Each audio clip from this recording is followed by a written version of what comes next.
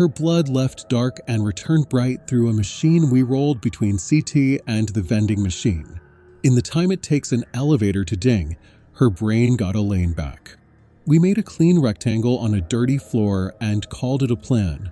Blue drapes, sterile sleeves, a pump that purred like a patient animal.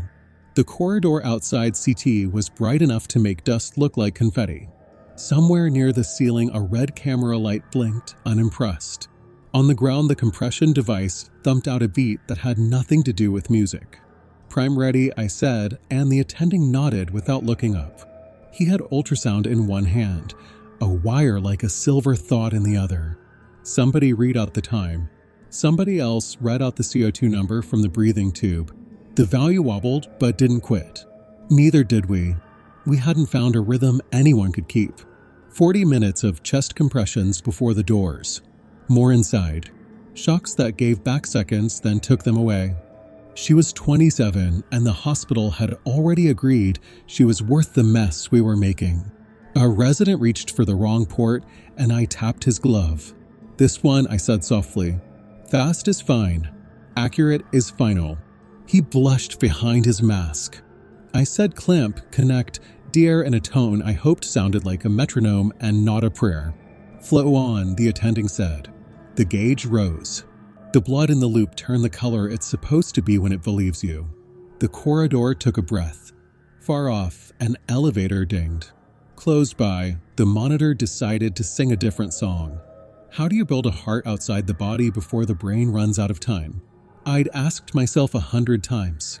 The answer was kneeling under hall lights with a cart, a team, and the luxury of no other choice. Day shift had started like any other. Elevators dinging out of sync, bitter coffee I would drink anyway, my palm flat on the oxygenator like a ritual. I'm a perfusionist, part plumber, part librarian, part drummer, keeper of the pump that can become a heart-lung for a while if the native ones forget their jobs. My superstition is small.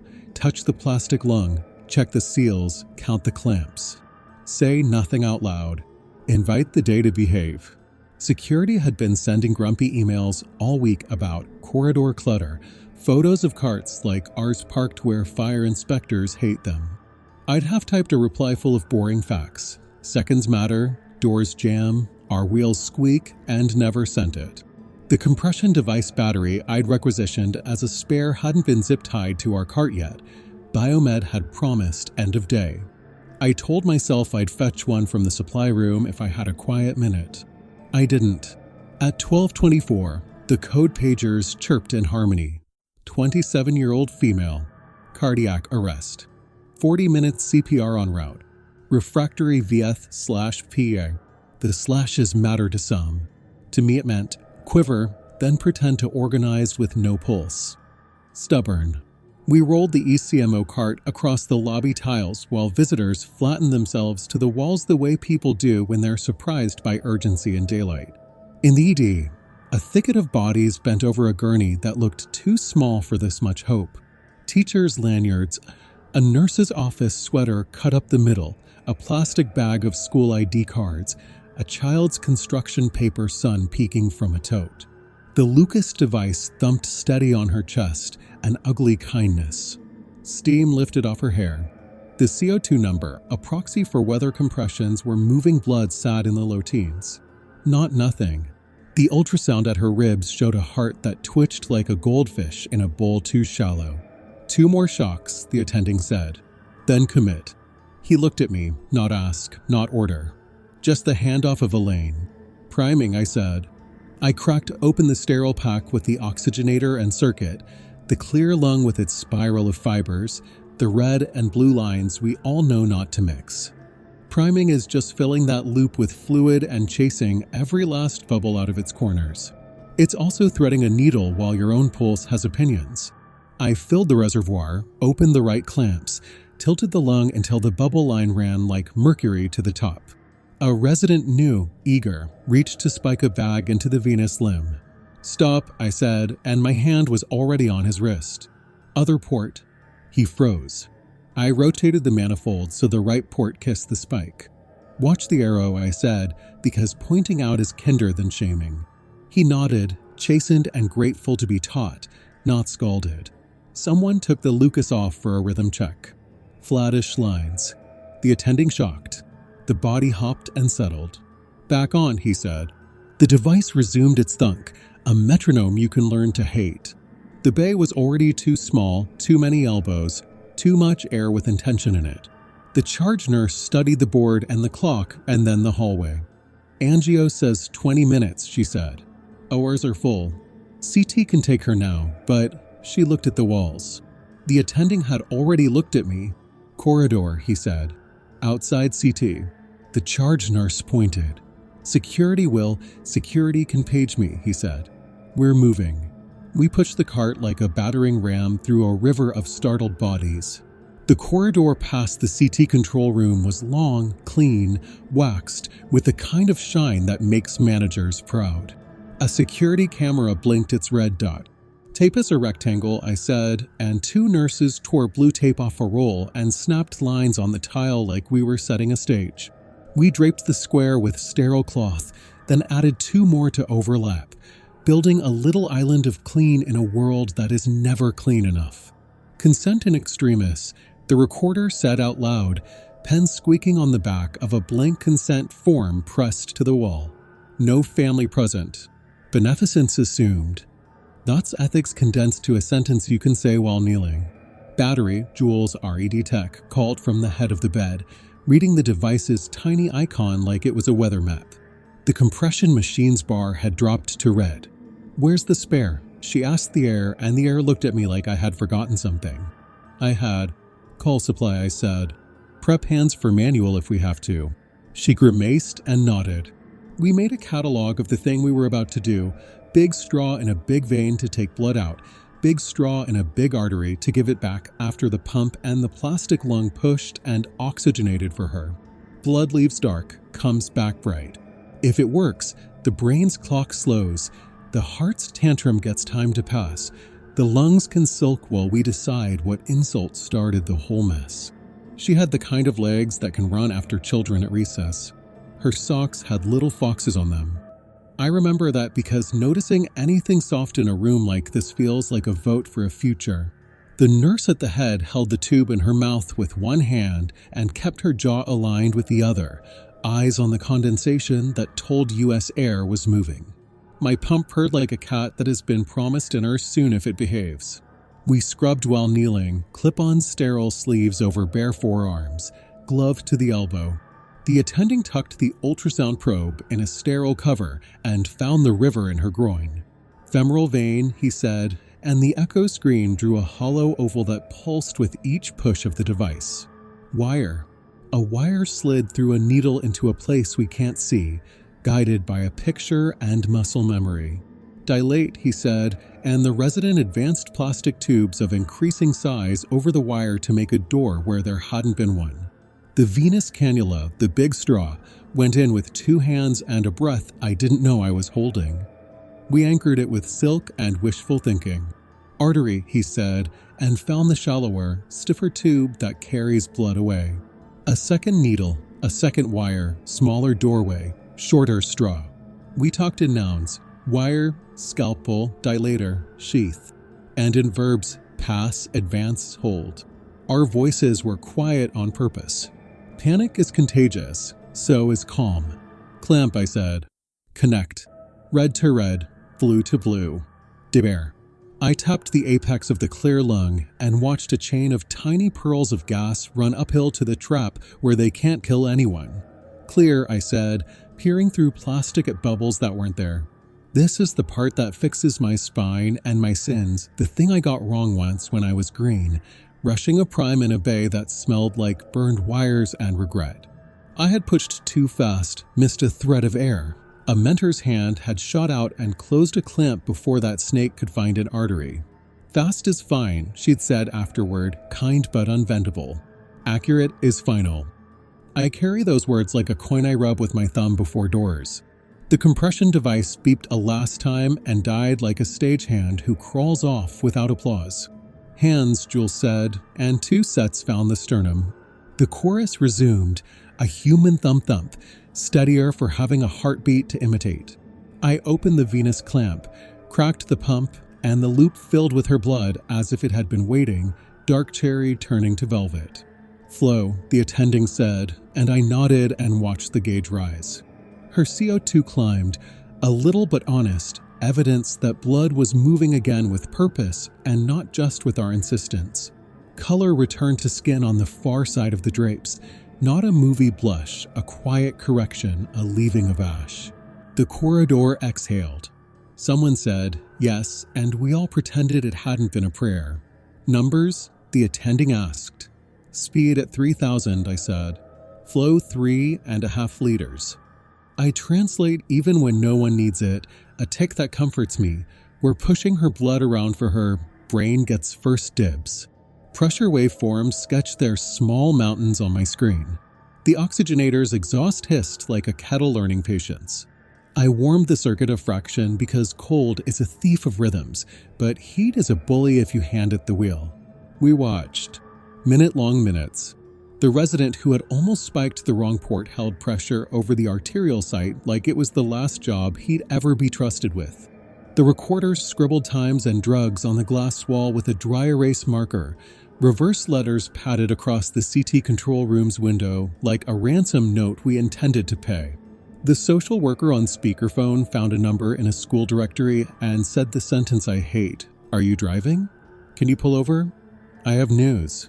An alarm chirped on my pump, negative inlet pressure, the sound a machine uses to say I'm thirsty. I traced the loop with my hand, looking for a kink. There, a lazy bend under a drape, the venous line trying to nap. I flicked it, massaged it open, watched the inlet gauge forgive me. "Line was snoozing," I said. "We're good." The resident looked up, terrified he'd caused it. "Line sleep," I said. "We wake them." "Why in the hallway?" A supervisor asked in a stage whisper as if optics could hear. What if we waited and she died?" the attending said without looking up. "The camera can file a complaint." The camera blinked red, impartial as the moon. "CO2 is 25, Jules said, and then to the room, because numbers need stories to keep them from being just math.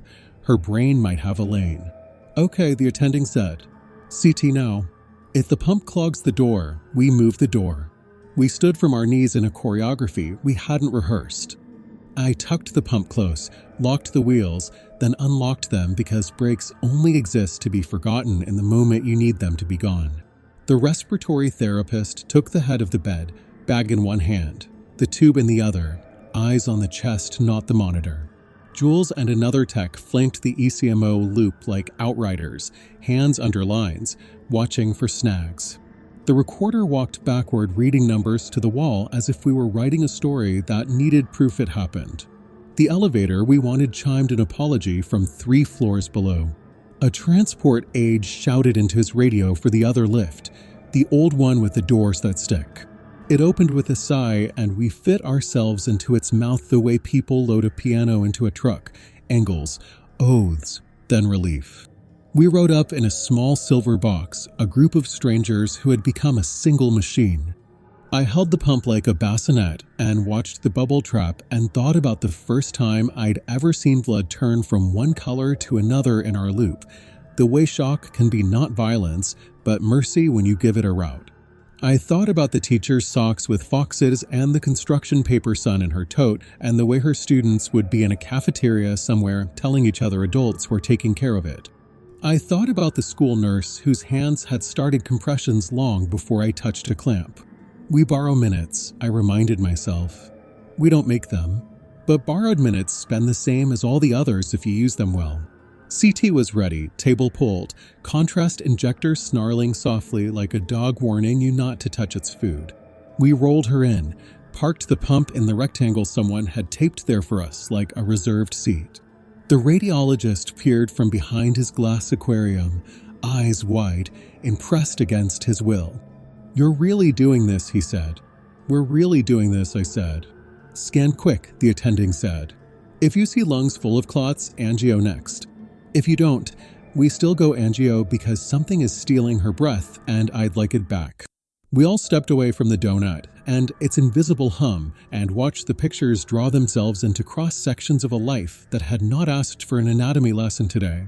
The slices climb from belly to chest to the fork in the road where blood decides left or right. The radiologist leaned forward. "There," he said. "Saddle. Big.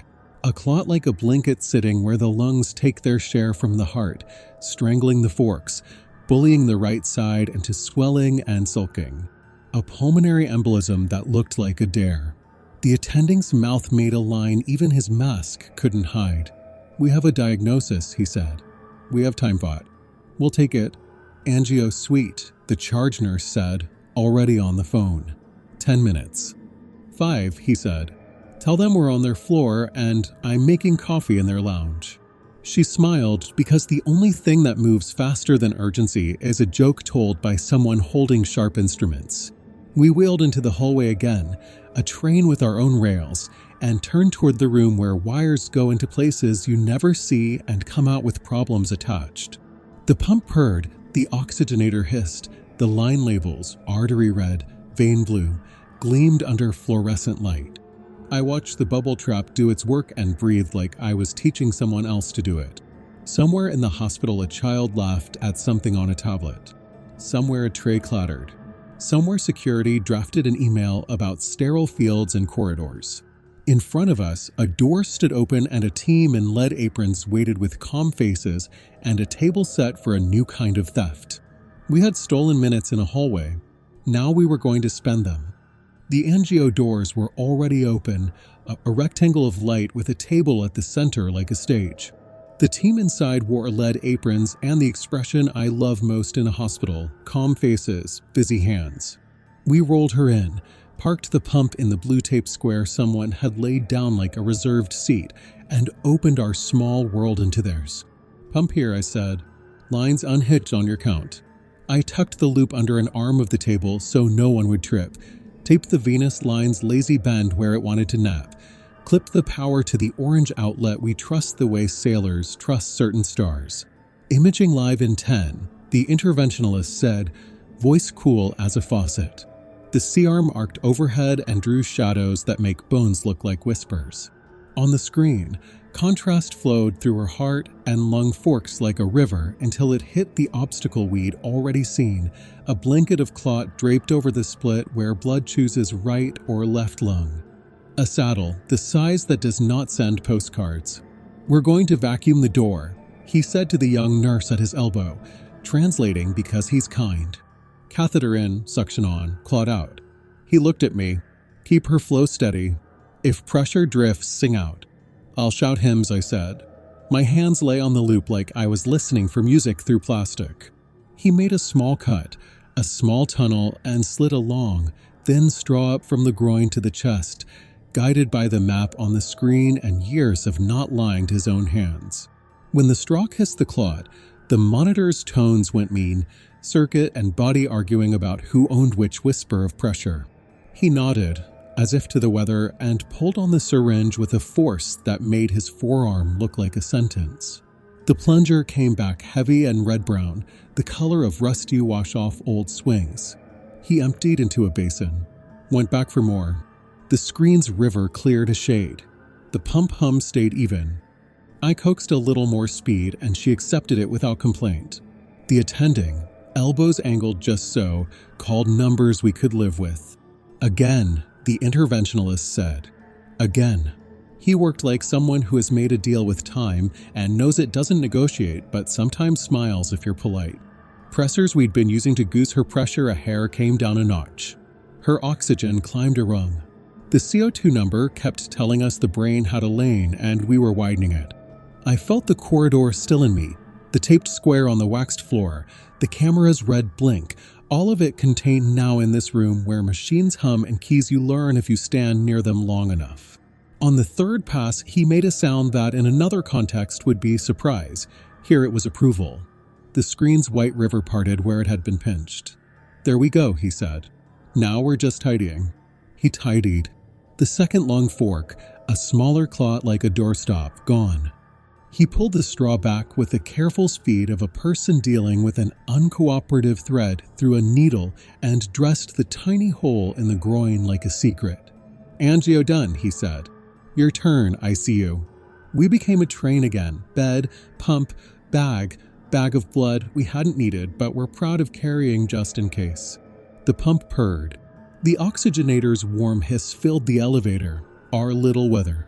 On the ride up, I looked at the loop the way some people look at their sleeping children, counting breaths, memorizing quirks, making promises you can't enforce and will try anyway. In the unit, the room had been set like for a guest who deserves something better than what we do for most.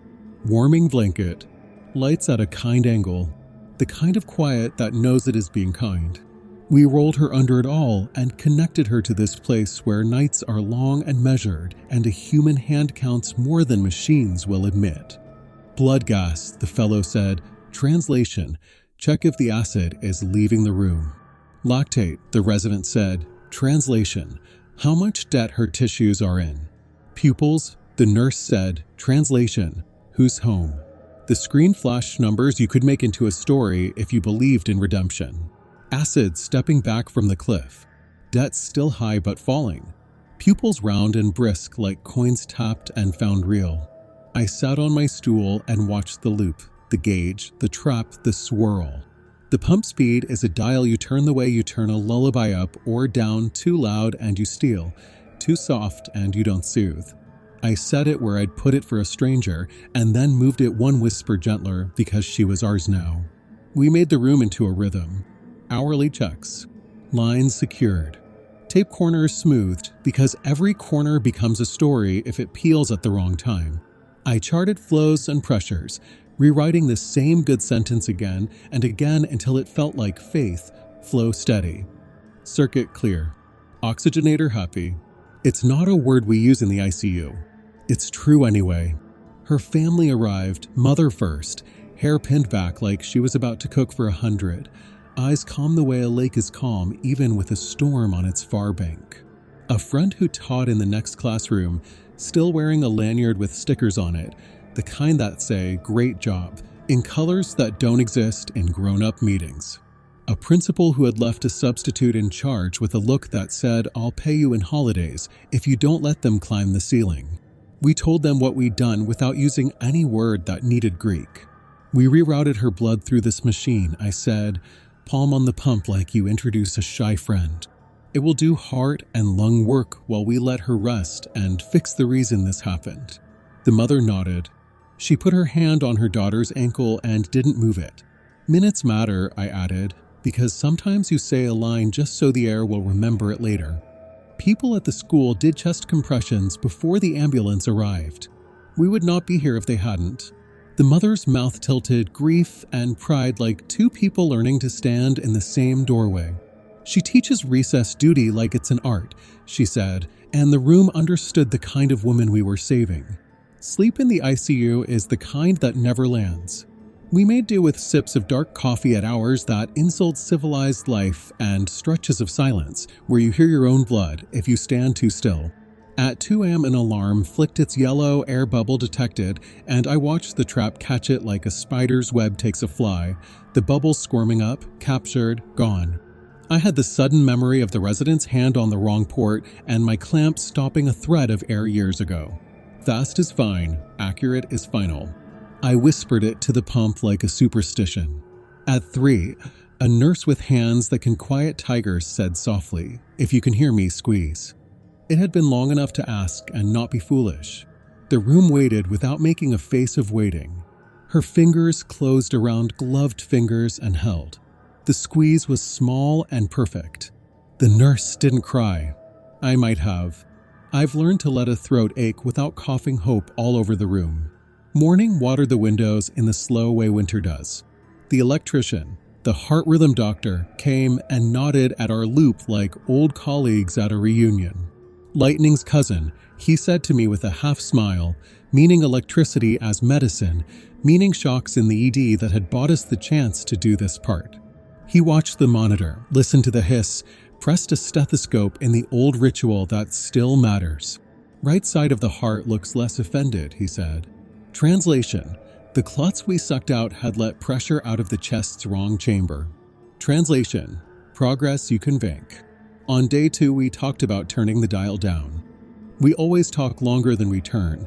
The pump forgives us for being cautious. We made her do a little more of her own work. The numbers stayed. We did it again. The numbers stayed. She had the spare tire. Now we were asking the car to carry its weight again. Trial later, the attending said. He didn't say the word clamp out loud yet because superstition makes surgeons as silly as it makes sailors. He walked the family through the plan, what it would look like if her own heart and lungs were ready to take the hand back. Her mother's hand never left the ankle. The friend with the lanyard wrote the plan down on a sticky note even though it would be replaced by a new sticky note in 4 hours. That's how you survive here, paper flux of promises. At noon we turned the flow down until the pump was barely suggesting. The blood pressure held like a flag in a mild wind.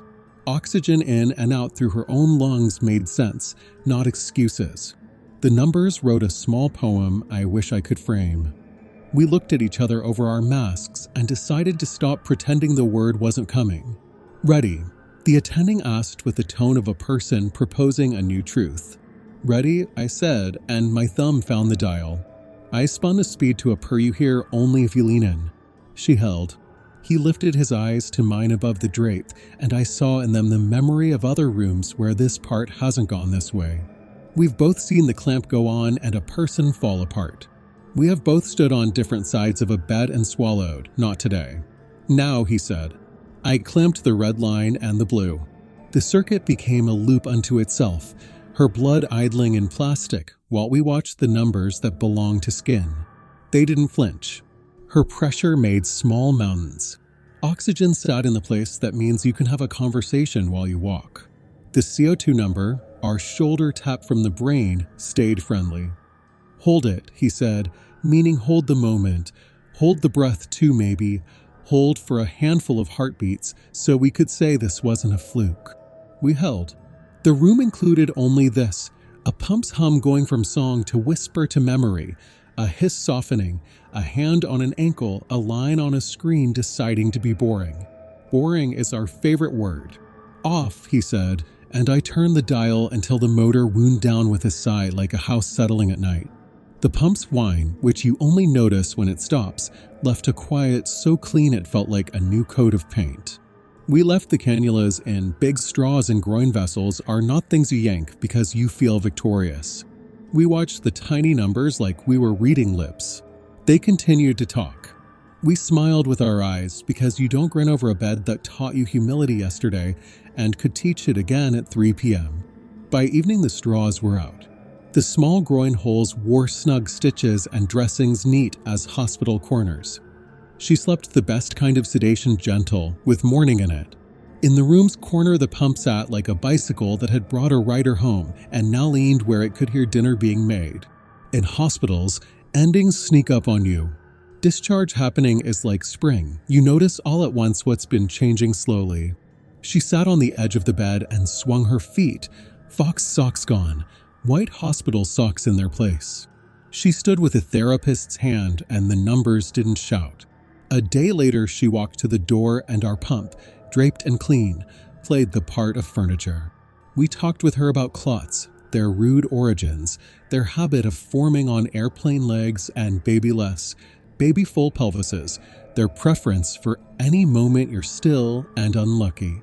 Hematology ordered the right tests with the calm of people who expect to never be thanked. She would take a blood thinner for a while. She would move more. She would tell her students about the way blood is a river and sometimes rivers make log jams. She signed her name on a paper that said it was okay we had acted in a hallway before we asked. She cried when she got to that line and laughed at herself and called herself silly. I'm a teacher, she said. I sign permission slips for a living. I am honored to sign this one. Security did write a memo about corridor clutter. The chief appended it with a sentence I wanted to frame. Optics don't have a brain to save. She did. The video from the camera that watched our blue rectangle leaked from quality assurance to myth anyway. Within a week, everyone on the cardiac floors had seen the clip where a team in gowns knelt under bright lights, wires and tubes and calm voices, all of it looking like a heist scene shot on a sterile set with a happy ending. Someone added jaunty music and got scolded and took it down. Someone else added closed captions, clamp, connect, deber. It became required viewing for new residents with one rule: don't romanticize it. Learn it.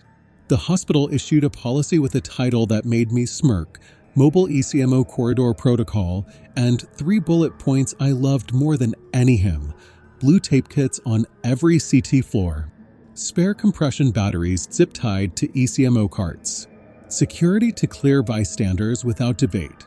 The memo also said perfusion will lead DR and flow checks. Fast is fine. Accurate is final. My mentor texted me a screenshot with a heart I will frame, irony or not. She left us on a Tuesday that smelled like rain. Her hair was clean and braided back. A friend had done it with the care of someone choosing to love details. She hugged every person who would let her, that is, nearly no one, because we are terrible receivers when the gift is human touch. But the intention filled the room anyway. At the elevator, she took the handle of the wheelchair for herself, a tiny rebellion we pretended not to see, and rode out. We went back to counting clamps and checking corners and listening for the pumps hum inside busy days. Night shifts blurred. Morning coffee stayed resentful. Security's emails remained earnest. Codes came and went. We won some and lost some, and you can never say what you deserve. A month later, a pink invitation with crayon on it landed in my inbox. Ms. Cardenas invites you to visit room 12. There was a clip art bell and a border of foxes. The note under it was hers, typed but with a voice I knew anyway: come for recess. Bring anyone who carried minutes for me. We'll ring the bell together. There will be cupcakes. We went to me with a shoebox that rattled because I had rubber hearts inside that a nurse had printed on a 3D printer as a joke, and I decided was a tradition. Jules came with a coffee she didn't have time to drink. The attending came and pretended to be late and wasn't. The interventionalist swung by in a suit jacket he'd laugh at later when he got dye on it. Elementary schools smelt like crayons, gym floors, and ambition.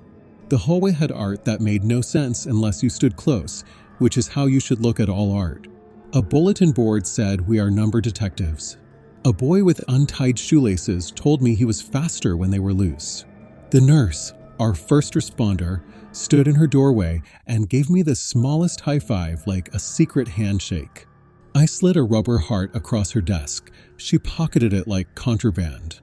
Miss Cardenas was at her door with a bell in her hand, the old-fashioned kind with a wooden handle that calls kids to something they'd rather do than meth. She hugged the air beside me. I can't hug you and be cool in front of them, she said from the corner of her mouth. You can be both, I said, and she laughed, and it sounded like a person who had been asleep without dreaming for a while and then woke into a better day. We stood in the hallway with kids lined up, some crooked, some straight, all vibrating like small planets. She lifted the bell and rang it like a sentence. The sound cut the hallway into obedience and joy. This bell, she told them, is for recess and for gratitude. She looked at me. Sometimes both. She waved us forward. These are the friends who helped me when I fell, she said to her class in language that didn't insult science or children. They brought a machine and used it like a spare set of heart and lungs while doctors fixed the traffic jam in my chest. It took a lot of people. It took the school nurse. It took our coach doing chest compressions. It took the ambulance team who didn't listen to thunder. It took the hospital making a clean square on the floor and saying yes. Hands shot up, questions that made sense because kids' questions always do. Did it hurt? Were you scared? Can you run? Can you still eat pizza? She answered them all. No, not then, yes, not anymore, not yet, but soon, of course. With pineapple if you're kind, she said, starting a debate I wanted no part of. I handed out the rubber hearts. Tiny hands took them like tokens from a machine you can only play once and then pass along. A girl with 2 different socks asked if my machine made noise, and I said yes, and she asked what kind, and I whistled the pump's pitch, and half the class tried to match it, and the principal stuck her head out and smiled and went back in. We walked back down the hallway past a paper chain with names on it, and I thought, because I am sentimental when no one is looking, about how our work is just a different paper chain. Names linked by clamps and tape and yes. We make meaning where medicine finds a margin. We steal minutes. We hand them back. On the way out, the custodian pointed at the foxes on her socks and said, "Nice." He had been the one to open the gym side door for the ambulance that first day, I learned later. Everyone on that campus had a job. Everyone had done it. In the car, the attending checked his email. "Security wants to know if we'll label the corridor kit bins by size," he said. "We will," I said. We both laughed because that is how life pays you back. Huge things solved by blue tape and small notices. At work, the pump sat in the corner off. Mormon away machines aren't, but become when you've listened to them through nights. On its side in marker someone had written "fast is fine. Accurate is final." Not me. Not the mentor. That sentence had gone feral in the best way. Sometimes, walking past the CT hallway, I look up at the camera and nod like we're old neighbors who once shared a wall and a secret. It blinks red back at me and minds its business. The floor still shows a faint rectangle where the tape-lifted wax a ghost blueprint. People will food carts over it, beds across it, lives around it. It makes me ridiculously happy every time. You can't keep minutes. They don't belong to you. You can only send them on. In a corridor the length of a school hallway, we made a clean square and dared time to swim to us. We turned a pump on and then we turned it off. We watched blood go dark and then bright and then forget it had ever been anything but itself. We knelt and stood and lifted and followed. We borrowed minutes and we spent them well. Weeks later, I passed a bulletin board near our ICU that had a new laminated sign. In case of corridor cannulation, 3 steps, all verbs, all simple, square. Sterile. Flow. Someone had drawn a small fox in the corner. I hope it was a joke. I hope it wasn't. Either way, it was perfect. The next time a pager sings, I'll roll the cart, check the seals, count the clamps, keep the bubble line where it belongs. If a resident reaches for the wrong port, I'll tap his glove and teach with a hand, not a scold. If a battery blinks red, I'll expect a spare zip tie to the cart. If a supervisor whispers optics, I'll point at a brain worth saving. If a hallway watches, good, let it learn. And if a mother asks whether we can keep her daughter's minutes long enough to turn into days, I won't lie and I won't boast. I'll say what we did in that corridor and what we'll do again. Flow on. Pink returned. Silence broke.